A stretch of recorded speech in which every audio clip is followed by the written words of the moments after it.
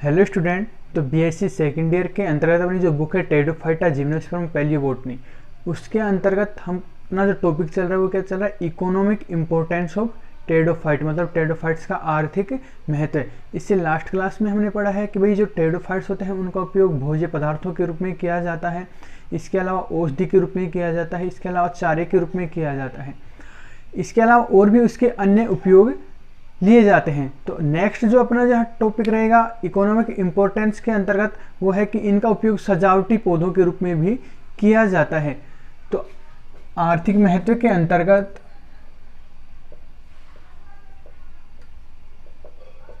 आज अपना जो टॉपिक है वो क्या है भाई, सजावटी पादपों के रूप में, सजावटी पादपों के रूप में कि विभिन्न प्रकार के जो टेरिडोफाइट्स होते हैं जो उनका उपयोग किया किस में किया जाता है भाई, सजावटी पौधों के रूप में बाग बगीचों में किया जाता है। तो इसकी अनेक जातियां, जैसे कि हम बात करें भाई साइलोटम, एडियंटम, सिलेजिनेला आदि की अनेक जातियां बाग बगीचों में उनकी सुंदरता के लिए क्या या घर की जो बालकनी होती हैं उनमें ये उगाए जाते हैं। तो यहाँ पर हम पढ़ेंगे कि भाई कौन कौन से ऐसे पादप होते हैं। तो इसमें हम सबसे पहले बात करें तो अनेक जो टेरिडोफाइट्स होते हैं, विशेष रूप से अनेक टेरिडोफाइट्स मुख्यतः जिसमें आती है फर्न,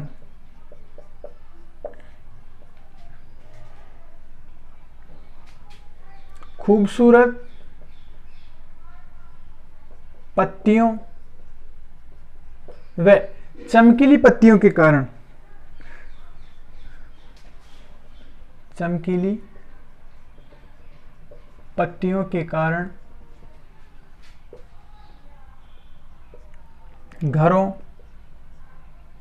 तथा बगीचों में विशेष रूप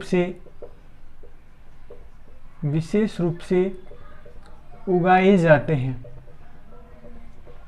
तो इनमें से अभी हमने बताया था कि मुख्यतः भी कैसे, कि जैसे जो साइलोटम होता है ये कैसा होता है, हरा होता है, द्विभाजी शाखित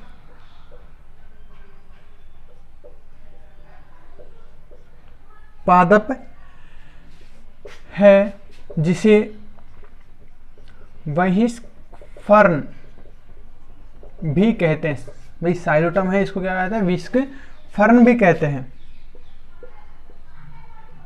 ये सजावटी पादप के रूप में उगाया जाता है। ठीक है भाई, तो साइलोटम उगाया जाता है जिसे क्या कहते हैं, विस्क फर्न कहा जाता है। इसके अलावा अन्य पादप जैसे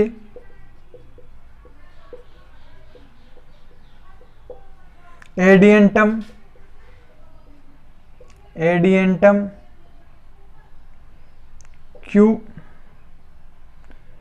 क्यूनिएटम, इसके अलावा एडियंटम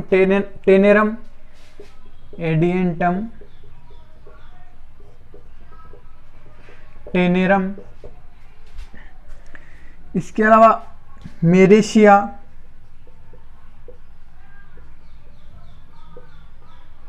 आदि पादप भी सजावटी पौधों के रूप में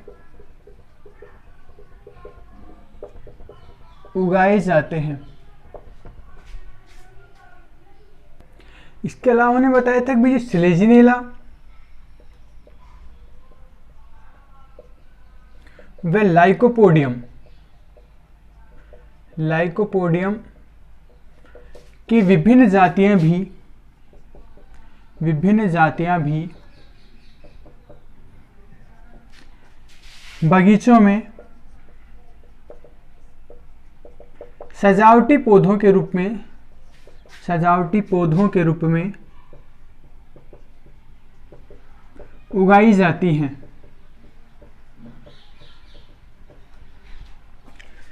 तो सिलेजिनेला की बात करें तो इनमें से मुख्यतः जो सिलेजिनेला लेपिडोफिला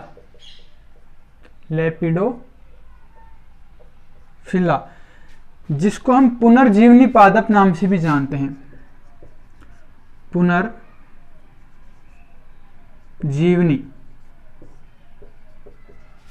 पादप के नाम से भी जानते हैं। ये जो पुनर्जीवनी पादप क्यों कहा जाता है, क्योंकि ये क्या होता है भाई, जैसे शुष्क परिस्थिति आती है तो ये क्या हो जाता है, सिकुड़ जाता है, ठीक है। और जैसे ही फिर इसको जल मिलता है तो दोबारा से क्या होता है, ग्रीन मतलब हरा हो जाता है। इस कारण इसको क्या कहा जाता है, पुनर्जीवनी पादप। कि मतलब एक बार सूख जाता है प्रतिकूल परिस्थितियों में, लेकिन जैसी अनुकूल परिस्थितियां आती हैं तो दोबारा से क्या होता है, हरा हो जाता है। इस कारण इसको पुनर्जीवनी पादप के नाम से भी जाना जाता है। तो ये है शुष्क परिस्थितियों में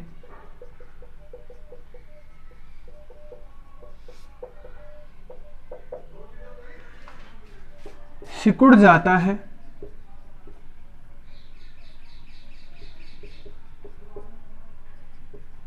वह जल ग्रहण करने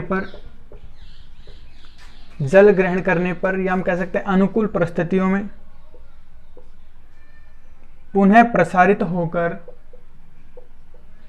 प्रसारित होकर सामान्य अवस्था में आ जाता है।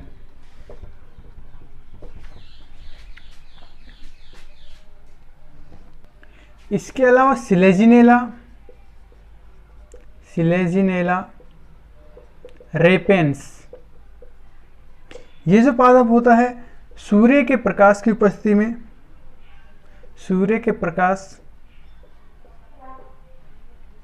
उपस्थिति में इनकी पत्तियां जो होती हैं विभिन्न रंग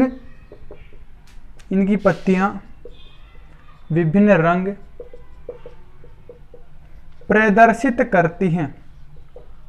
जैसे कि हम बात करें भाई लाइट ग्रीन, ठीक है, डार्क ग्रीन, इस प्रकार से सूर्य के प्रकाश की उपस्थिति में ये क्या करती है, विभिन्न रंग प्रदर्शित करती हैं। तो ये जो कुछ पादप होते हैं सजावटी पौधों के रूप में काम में ले आते हैं। इसके अलावा कुछ टेरिडोफाइट्स की बात करें तो उनका उपयोग जैव उर्वरक के रूप में किया जाता है। तो अब यहाँ पर जो अपना जो नेक्स्ट टॉपिक है भाई कि जो टेरिडोफाइट्स का जो महत्व है किसके रूप में, जैव उर्वरक के रूप में, तो हम यहाँ पर पढ़ेंगे ऐसे कौन से पादप होते हैं जिनका जैव उर्वरक के रूप में काम में लिया जाता है। तो अपना टॉपिक है भाई जैव खाद के रूप में। तो इनमें जो मुख्यतः हम बात करें जैसे साल्विनिया,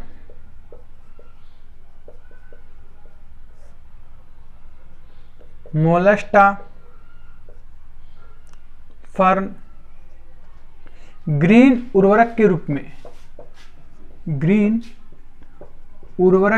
में काम में ली जाती है।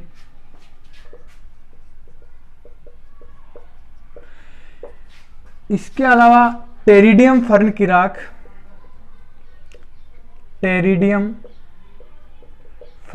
राख में पोटेशियम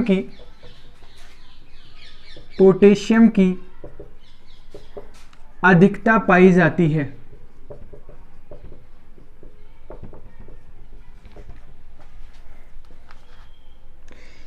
इसलिए इसे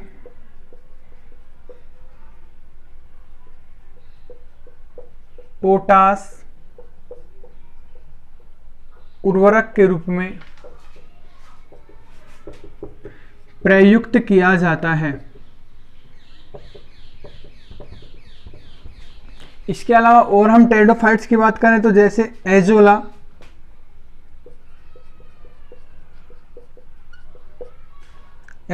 फर्न की पर्णगुहा में एनाबीना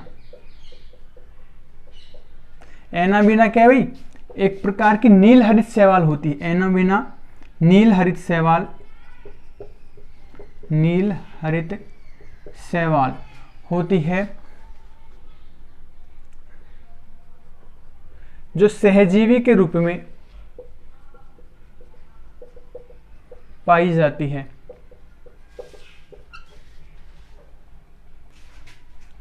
इसलिए एजोला को चावल की खेती में जैव उर्वरक के रूप में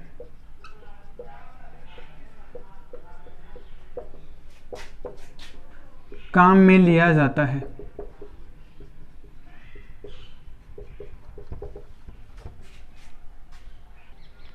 यहां तक क्लियर है भाई। जो साल्विनिया मोलस्टा होता है इसको ग्रीन उर्वरक के रूप में काम में जाता है, जैव खाद के रूप में।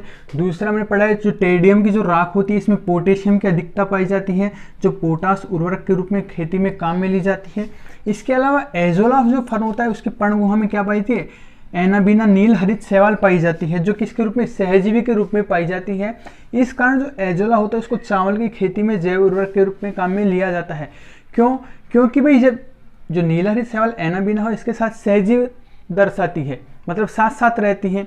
तो जो नील हरित शैवाल का जो मुख्य काम क्या होता है, इसका काम होता है नाइट्रोजन फिक्सेशन, मतलब ये नाइट्रोजन स्थिरीकरण में सहायक होती है कि जो वायुमंडलीय नाइट्रोजन होती है उसको नाइट्रेट के रूप में पौधों को उपलब्ध कराती है। तो इस प्रकार जो नील हरित शैवाल और एजोला होती है किसका, नाइट्रोजन फिक्सेशन का काम करती है सहजीव के रूप में, किसको, चावल की खेती में। इस कारण जो एजोला होता है इसको चावल की खेती में जैव उर्वरक के रूप में काम में लिया जाता है, मुख्यतः किसके लिए भाई, नाइट्रोजन फिक्सेशन के लिए। तो ये था अपना आज की क्लास में आर्थिक महत्व किसके रूप में, एक तो सजावटी पौधों के रूप में और जैव खाद के रूप में। इससे नेक्स्ट पार्ट में हम पढ़ेंगे इसके और अन्य आर्थिक महत्व के उपयोग के बारे में।